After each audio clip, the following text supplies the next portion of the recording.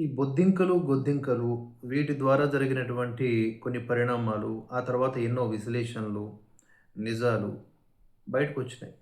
తెలుస్తూ ఉన్నాయి. కానీ వీటి నడుమ ఒక రిక్రూట్‌మెంట్, ఒక ఆసక్తికర రిక్రూట్‌మెంట్ కూడా మనకు కనిపిస్తోంది. ఏదో బాగా కష్టపడి ఒక డాక్టరో, ఇంజినీరో, సైంటిస్టో ఇదంతా కూడా గతం. మీకు పైసలు సంపాదించాలనే వ్యామోహం ఉంటే చాలు. నీతి, నిజాయితీ, విలువలు ఇలాంటివి మీకు తొక్క తోటకూరతో సమానం అని పక్కన పెట్టేస్తే, దేశాన్ని కూడా అమ్మేయడానికి సిద్ధపడిపోతే, మిమ్మల్ని రిక్రూట్ చేసేసుకుంటారు. మిమ్మల్ని విలాసవంతమైన జీవితాలకి అధిపతిని చేస్తారు. మిమ్మల్ని అక్కడ తీసుకెళ్ళి కూర్చోబెడతారు. మీరు చేయాల్సిందల్లా ఆందోళన జీవిగా మారుతూ, 10 మంది ఆందోళనకరుల్ని అదే ఆందోళన పేరుతో హింస చేసేవారిని తయారు చేసుకొని, ఈ దేశం మీదకు ఉసిగొల్పటం. ఈ మాటలు మనకి స్పష్టంగా ఈ కథనం ద్వారా అర్థమైపోతూ ఉంది. పిల్లలకు పేరు, డబ్బు బాగా వచ్చే మంచి కెరీర్ గురించి చెప్తాను చూడండి అంటున్నారు చాడా శాస్త్రి గారు. మీ పిల్లలకు కూడా ఇంజినీరింగ్, మెడిసిన్, బ్యాంకింగ్, సివిల్స్, అమెరికాలో ఎంఎస్ అని చదివిస్తూ, వారి మీద లక్షల రూపాయలు తగలేస్తూ, మంచి ఉద్యోగం రావాలి, మంచి జీతం రావాలి, బాగా సెటిల్ అవ్వాలని కలలుకంటూ, వారిని ఒత్తిడికి గురి చేస్తూ, మీరు ఒత్తిడికి గురవుతున్నారా? అయితే వెంటనే ఆలోచనలు మార్చుకోండి. ఈ రోజుల్లో అసలు స్మార్ట్ కెరీర్ అనేదేంటో తెలుసా? ప్రొఫెషనల్ యాక్టివిజం అంటే ఆందోళనల్ని వృత్తిగా స్వీకరించడం అన్నమాట. ఈ వృత్తికి లక్షల రూపాయలు ఖర్చయ్యే పెద్దగా చదువులు అవసరం లేదు.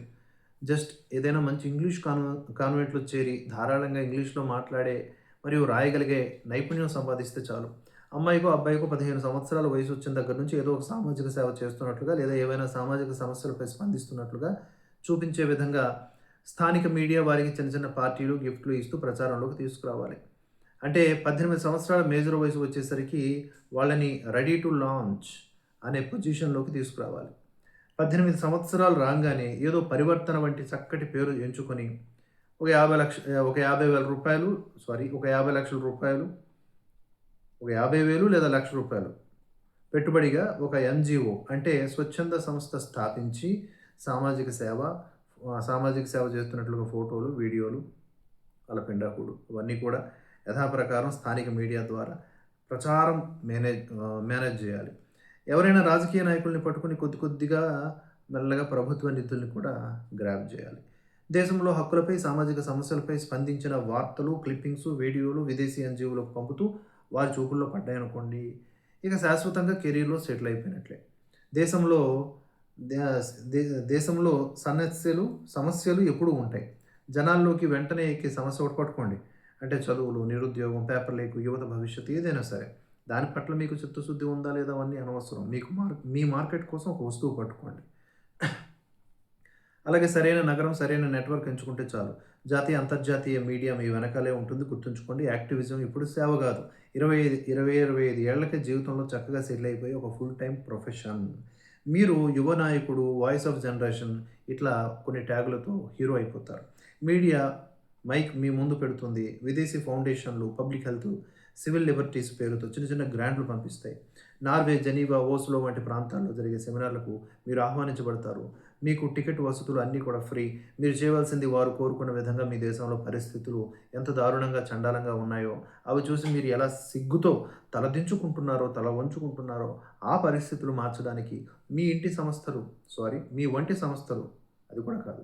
మీ వంటి సంస్థలు ఎంతలా కృషి చేస్తున్నాయో వాటికి విదేశాల నిధులు ఎందుకు అవసరమో ఇటువంటి విషయాల మీద ఇంగ్లీష్‌లో అనర్గళంగా, స్టైల్‌గా హలో ఫ్రెండ్స్ అని మాట్లాడితే సరిపోద్దనమాట. ఇక గ్లోబల్ సాలిడారిటీ అనే క్యాప్షన్‌తో ఆ ఫోటోలు, వీడియోలు మరిన్ని విదేశీ ఎన్‌జీఓలకు పంపండి. మరిన్ని నిధులు సేకరించండి.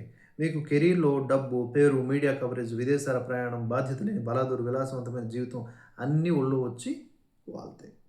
ఈ వ్యాసానికి స్ఫూర్తి ఏంటో తెలుసా అండి? కాక్రు జనతా నాయకులు దీప్కే మరియు సౌరవ్ దాస్. ఇద్దరూ పెద్దగా ఆర్థిక స్థోమత లేని కుటుంబాల నుంచి వచ్చారు.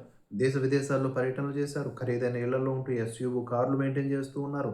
సౌరవ్ అయితే ఏకంగా ఢిల్లీలో ఒక పాష్ లొకాలిటీలో హీరో హోండా సీఈఓ ఇంటి పక్కనే బంగ్లాలో ఉంటున్నాడు.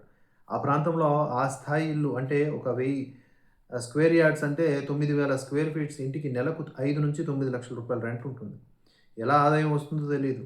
సౌరవ్ 18 సంవత్సరాలకే ప్రొఫెషనల్ యాక్టివిస్ట్‌గా కెరీర్ మొదలుపెట్టి అల్ జజీరా, వైరు, కార్వాను, హిందూ అలాగే A14 వంటి పేపర్స్‌కు ఆర్టికల్స్ రాశాడు. జస్టిస్ చంద్రచూడ్ గారికి వ్యతిరేకంగా 'కారవాన్' ఒక హిట్ వ్యాసం కూడా రాశాడు. ఎక్కువగా భారతీయ న్యాయ వ్యవస్థను గురి చేస్తూ ఉన్నాడు. అమెరికా ఠాకూర్ ఫౌండేషన్ నుంచి 4, 5 వ్యాసాలు రాసినందుకు గాను దాదాపుగా ₹9,00,000 ఫీజు అందుకున్నాడు. ఏమిటా వ్యాసాలు అనేది వేరే పోస్ట్‌లో మనం తెలుసుకుందాం. ఇప్పటికే 4,500 ఆర్‌టిఐలు ఫైల్ చేశానని చెప్పుకుంటున్నాడు. ఇన్వెస్టిగేటివ్ జర్నలిజంలో కోర్స్ చేశాడట. లాయర్ అవుదామని లా ఎంట్రన్స్ టెస్ట్ 4 సార్లు రాసి ఫెయిల్ అయ్యి ఆ ప్రయత్నం విరమించుకున్నాడంట. ఇప్పుడు అతని లైఫ్ స్టైల్ అనేది ఒక భారీ స్థాయిలో ఉంటుంది. ఒక ఫోటోలో తెల్ల కోట్‌లో ఉన్నది ఒక మాజీ సుప్రీంకోర్టు జడ్జి గారు. అంటే ఏ లెవెల్ ఇన్‌ఫ్లూయన్స్ సంపాదించగలిగాడో అంటే కొన్ని ఫోటోలు ఇక్కడ చూపిస్తూ ఉన్నారు. ఆ ఫోటోల్లో పెద్ద పెద్ద వాళ్ళతో దిగినటువంటి ఫోటోలు, అలాగే ఖరీదైనటువంటి ఏరియాలో ఉండటము, ఖరీదైన వస్తువులు, ఖరీదైన మందు అదే డ్రింక్స్ తాగటము, 5 స్టార్ హోటల్స్ మినిమమ్ స్టే చేయాలంటే బయటికెళ్ళినప్పుడు. ఇంతింత డబ్బు ఎలా వస్తుంది వీళ్ళకి? సరే ఇంత ఇన్ఫర్మేషన్ మనకే తెలుస్తున్నప్పుడు, ఇలాంటి అక్రమ మార్గంలోనో ఎలాగోలాగా డబ్బులు సంపాదిస్తున్న వీళ్ళని ఎందుకు ప్రభుత్వం నియంత్రించలేకపోతోంది? అది కదా మెయిన్. వీళ్ళెందుకు అలాగే చూస్తా ఉంది? సహనంతో వీళ్ళని పరీక్షిస్తా ఉంది. ఇలాంటోళ్ళు ఎంతమందున్నారు? వాళ్ళ చిట్టాని మనం లాగలేకపోతే అది మన వైఫల్యం అవుతుంది. ఇప్పుడు కొంతమంది అంటారు గదా! రోహింగ్యాలొచ్చేస్తున్నారని చెప్పేసి మీరెందుకు ఊరకనే అరుస్తా ఉన్నారు? మీ అమిత్ షా ఏం జేత్తా అన్నాడు? అలాగే మీ మోదీ ఏం జేత్తా అన్నాడు? అని చెప్పేసి మాట్లాడుతా ఉంటారు. ఇప్పుడు కూడా అదే మాట అందాం. వీళ్ళందరూ కూడా ఇలాగా ఎక్కడెక్కడి నుంచో డబ్బులొచ్చి ఇంతింత పెద్ద స్థాయిలోకి ఒక అసాధారణ రీతిలో ఎదుగుతా ఉంటే, దేశ విచ్ఛిన్నకర శక్తులకు తోడ్పడతా ఉంటే, అదే అమిత్ షా, మోదీ ఏం జేత్తా ఉన్నారు? ఇప్పుడు కూడా అదే అడుగుదాం. చూద్దాం ఏం జరుగుద్దో.